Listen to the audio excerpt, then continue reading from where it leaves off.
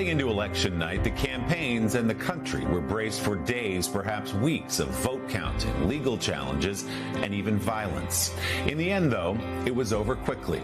President-elect Trump won all 7 battleground states and even made it close in some traditionally blue states by expanding his base of support among Latino, Black, and young voters. His overwhelming victory leaving Democrats to reevaluate their message and their appeal to the American public. NBC News congressional correspondent Julie Tsirkin has our Sunday focus. This was a movement like nobody's ever seen before. Donald Trump celebrating perhaps the greatest political comeback of all time, elected the 47th president of the United States. And more importantly, he's going to win the popular vote. Winning not only the Electoral College, but the popular vote, too. Gaining support in more than 90% of counties nationwide. When Trump reluctantly left office in January of 2021, weeks after his supporters stormed the Capitol, he was seen as a pariah. America's comeback starts right now. And few gave him a chance when he launched his election bid in November of 2022. But despite being convicted on 34 felony counts last May, Trump's popularity only grew. His campaign raking in millions, his legal troubles only fueling his return. 2 months later, an assassination attempt at a Pennsylvania rally. Take a look at what happened.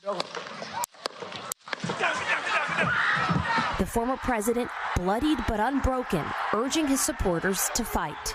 Trump expected to face off against a historically unpopular president, Joe Biden.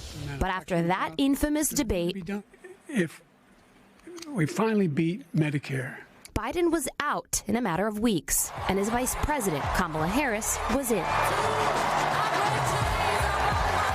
Harris tried to be a fresh face for many disillusioned with both candidates. But asked what she would do differently from Biden, she said, "There is not a thing that comes to mind." Harris had the celebrity factor on her side, but Trump bet big on the bro vote, appearing on massively popular podcasts, including Joe Rogan, and tapped into kitchen table issues like inflation. Economy. That was my top reason.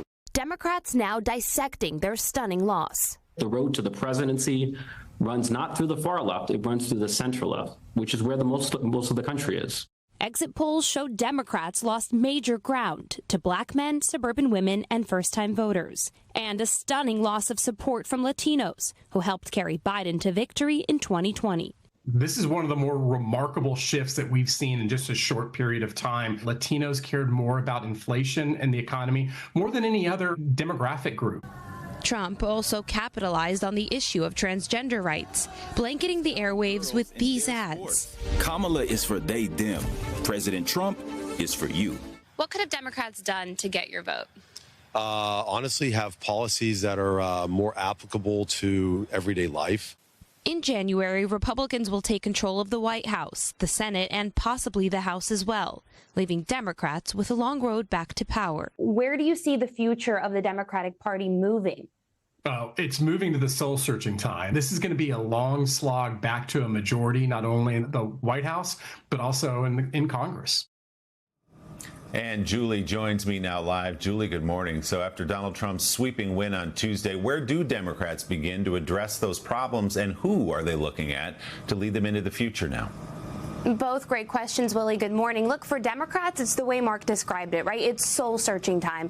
And now some are publicly pointing fingers, like former Speaker Nancy Pelosi, who said President Biden should have never run for re-election and that Vice President Harris should have earned the nomination during the primaries. Others telling me grievances are a waste of time and that Democrats have to work across the aisle to win back voters.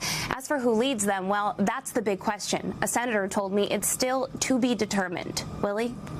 A lot of Democrats saying, look to the states, a deep bench of governors across the country. We will see. Julie, thank you so much. Hey, thanks for watching. Don't miss the Today Show every weekday at 11 a.m. Eastern, 8 Pacific on our streaming channel, Today All Day. To watch, head to today.com/allday or click the link right here.